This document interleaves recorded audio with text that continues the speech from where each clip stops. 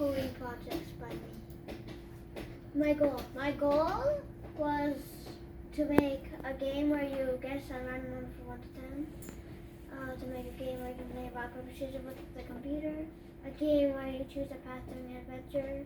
A game where you make a restaurant. A game where you draw shape. Design and build.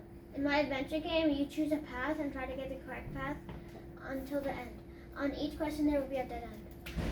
In my drawing game, I use math and internal test and rethink. In my rock, paper, scissors game, I made a mistake by forgetting to command ties. Like when the AI chooses rock and I also choose demo. Hey, so can you explain to us what goes behind the scenes in your project? This is the turtle cutter. It makes the drawing. This is how much sides you pick. This is the colors. This is the background color. This is the width. And this is the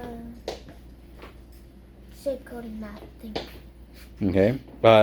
Can you only draw that shape? Can you draw different shapes? Yeah, you can draw this shape. Yes. You can draw the shape like this.